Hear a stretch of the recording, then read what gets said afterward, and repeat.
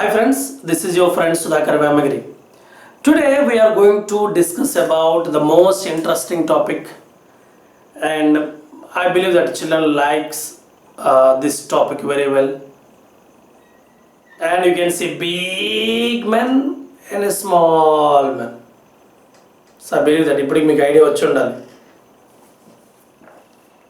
అదేనండి Gulliver's Travels. Gulliver's Travels. When a person tells the story of his life in his own words, it is called an autobiography. నా life story నాకు నేనే చెప్పుకుంటే దాన్ని నేను autobiography అంటారు. ఓకేనా, ఇది ఒకటి మీరు గుర్తుపెట్టుకోవాలి.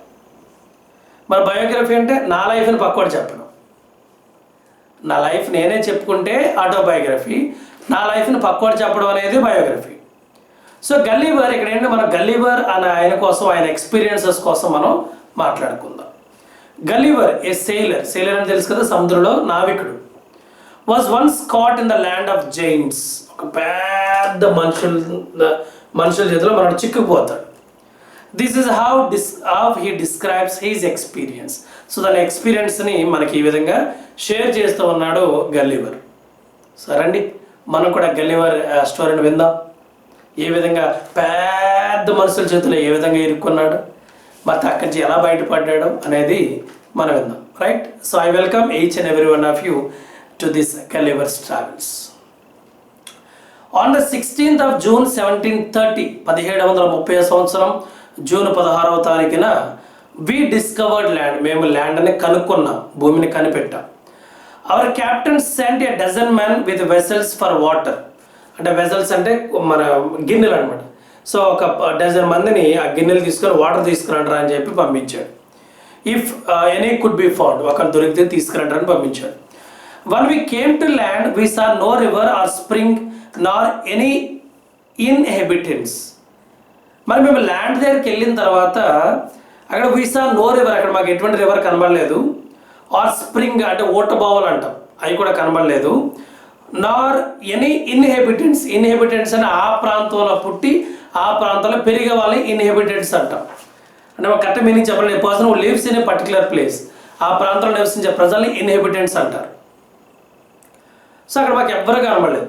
ఐ వెంట్ ఎక్స్ప్లోర్ అంటే ఇంకెవరు దొరుకుతారా, ఇంకెవరైనా కనబడతారని చెప్పి నేను వెళ్ళాను, సీరియస్గా ఎక్స్ప్లోర్ చేసుకుంటూ వెళ్ళాను, ముందుగా వెళ్తూనే ఉన్నాను. And the country was barren and Rocky. Barren అంటే బాగా ఎండిపోయింది అనమాట, బ్యారన్ అంటే నీరేం దొరకవు అక్కడ. అండ్ రాకీ ఎక్కువ కొండలో రాళ్ళతో ఎక్కువ నిండిపోయింది ఆ place. I turned back to join the crew అంటే గ్రూప్ ఆఫ్ పీపుల్. మళ్ళీ వెనక్కి వచ్చాను, అందరితో జాయిన్ అవుదాము, మళ్ళీ వెళ్ళిపోదాం అని చెప్పి నేను వెనక్కి వచ్చాను. సో ఆ టైంలో only to see them getting into the boat and rowing for life to get to the ship. వాళ్ళు ఏం సరే ఇంక వెనక్కి వచ్చాను. అక్కడ ఏం జరిగిందంటే వాళ్ళందరూ కూడా చిన్న బోట్ పడవలోకి ఎంటర్ అయిపోయి వాళ్ళందరూ కూడా రోయింగ్ అంటే నడపడం అనమాట, పడవలో నడపడం.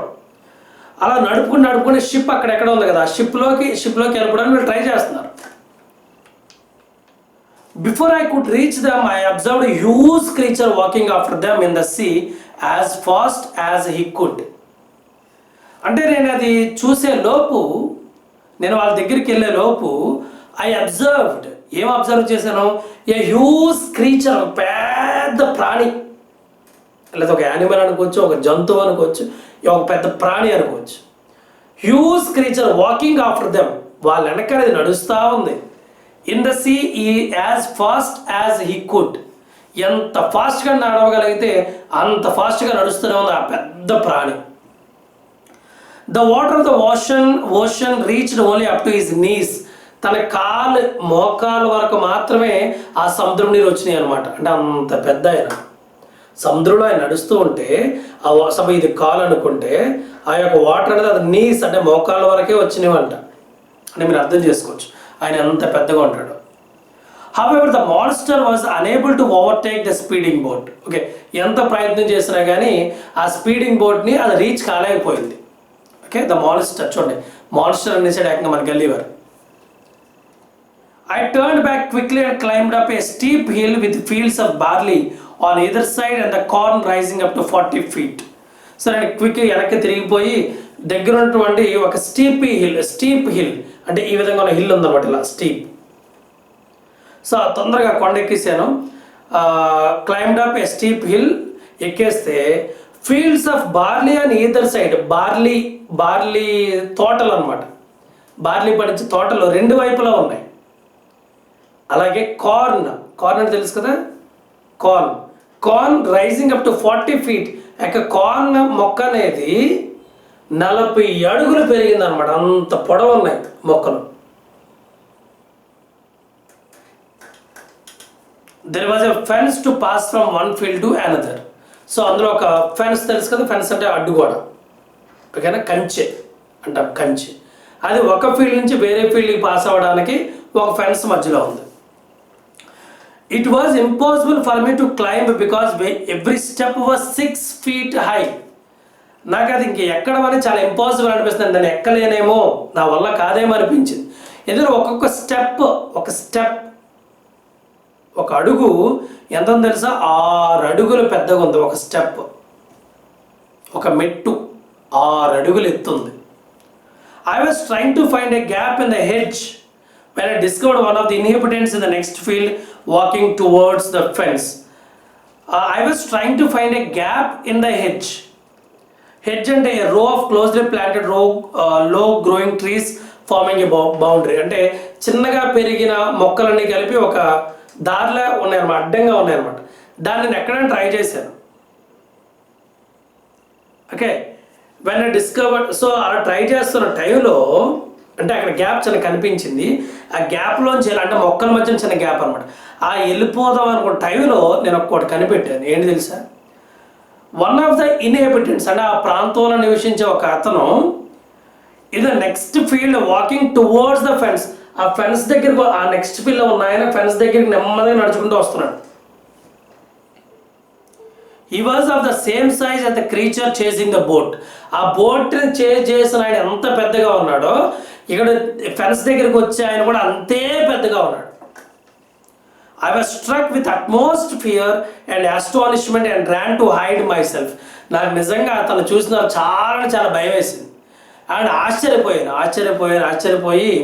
నాకు నేనే ఎక్కడికైనా దూరంగా పారిపోయి దాక్కుందాం అనుకున్నాను.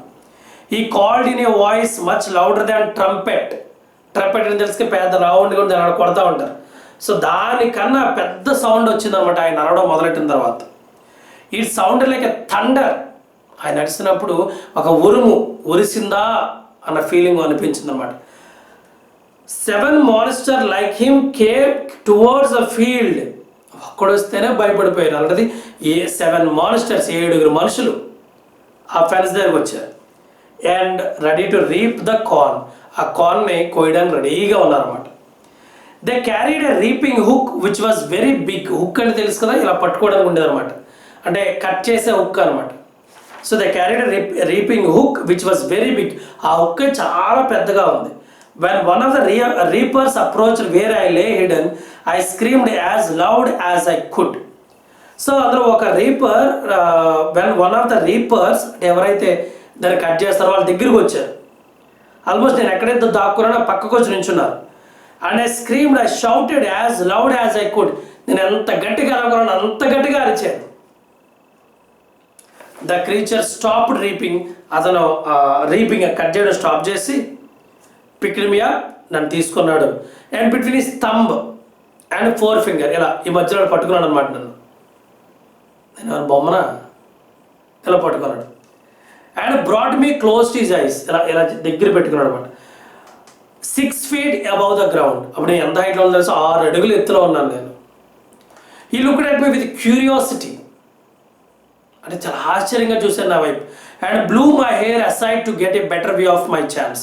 అంటే నా తల ఇలా పడిపోయి ఉంటుందని ఇలా బ్లూ అనమాట ఊతాడు. ఇలా ఊస్తే ఎందుకంటే నా తల అంతా కరెక్ట్గా వచ్చి అట్లీస్ట్ నా ఫేస్ని చూడడానికి ఆయన చేసిన పని అనమాట అది. ఈ called his friends and gently placed me on the ground. Friends అందరిని పిలిచి నన్ను చక్కగా చాలా జెంట్లీ అంటే చాలా మంచిగా నన్ను ఇలా కింద భూమి మీద పెట్టాడు. They all sat on the ground to take a good look at me. అందరూ కూడా కూర్చున్నారు. ఎందుకు కూర్చున్నారు? నన్ను చూడడానికి. I walked slowly backward and forward. ఇలా వెనక్కి నడుస్తాను, ముందుకు నడుస్తాను. Pulled off my hat and made a low bow towards the farmers. లో బో అంటే క్యాప్ ఎలా తీసి ఎలాగనమాట, ఎలాగనమాట. సో అందరికీ మనవాడు ఇలా నమస్కారం చేస్తూనే ఉన్నాడు. I try to speak to them loudly in several languages. నేను చాలా లాంగ్వేజ్లో మాట్లాడడానికి ట్రై చేశాను. Each time I did so the farmer who picked me up held his ear very close to me but in vain. So ప్రతిసారి కూడా ఏంటంటే నేను మాట్లాడినప్పుడు ద ఫార్మర్ అని తీసుకునేవాడు, చెవుల దగ్గర పెట్టుకునేవాడు, బట్ ఏం ఉపయోగం ఉండేది కాదు. The farmer took me to his house. So farmer నన్ను వాళ్ళ ఇంటికి తీసుకెళ్ళాడు.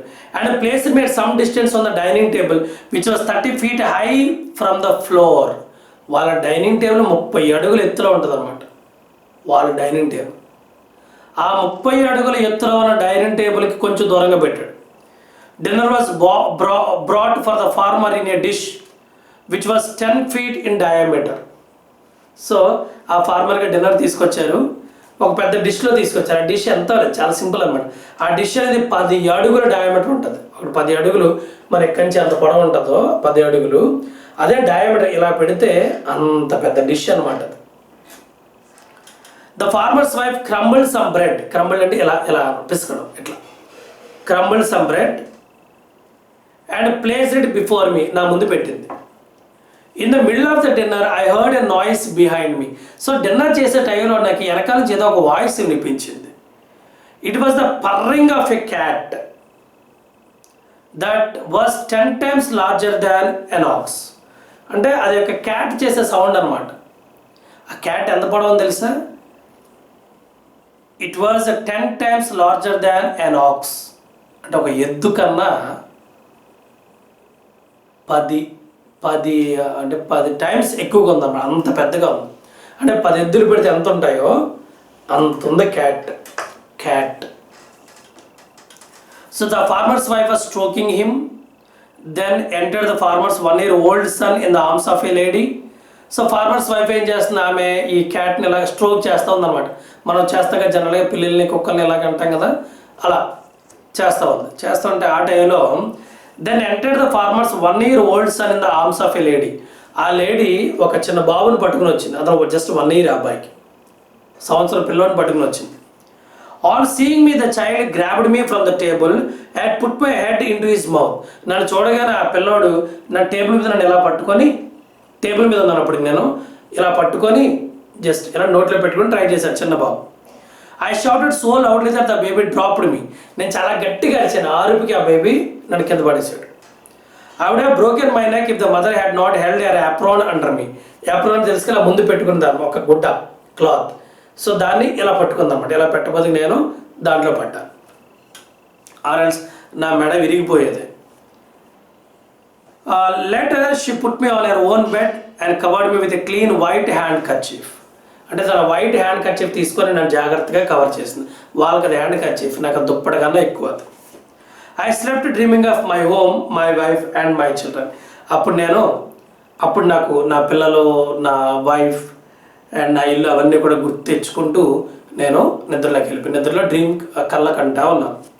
So it was adapted from Swift's Gulliver Travels. So Gulliver Travels రాసిన ఆ నవెల్లోంచి ఒక చిన్న పార్ట్ అనమాట ఇది. Okay right. I hope that మీరు ఎంజాయ్ చేస్తారనుకుంటున్నాను. మరి ఇంకా ఊహిస్తూనే ఉన్నారా అంత పెద్ద మనుషులు ఉంటారా అని? యాక్చువల్లీ ఈ లెసన్లో ఇంకొక టాపిక్ కూడా ఉంటుంది. ఇంకా చిన్నగా ఉంటారు వాళ్ళు. అంటే ఇప్పుడు మనోడు ఎగ్జాక్ట్ వాళ్ళ ముందు ఎలా ఉన్నాడో అలాగే ఇతర ముందు ఇంకా లిల్లీపుట్స్ అంటారు. గల్లివర్కి ఎగ్జాక్ట్ ఆపోజిట్ లిల్లీపుట్స్. అలాంటి ప్లేస్ కూడా మనోడు వెళ్తాడు అని చెప్పి ఆ గల్లివర్స్ ట్రావెల్స్ బుక్లో ఉంటుంది. మీకు సమ్మర్ లేకపోతే ఈ టైంలో చాలా మీకు మంచి టైం పాస్ చేయడానికి గల్లివర్ ట్రావెల్స్ బుక్ దొరికితే కొనుక్కోండి, చదవండి. చాలా బాగుంటుంది. Okay, so thank you friends for giving me this opportunity to say a few words about the Gulliver Travels and his autobiography and his life. Okay, thank you. Have a great day. Bye bye.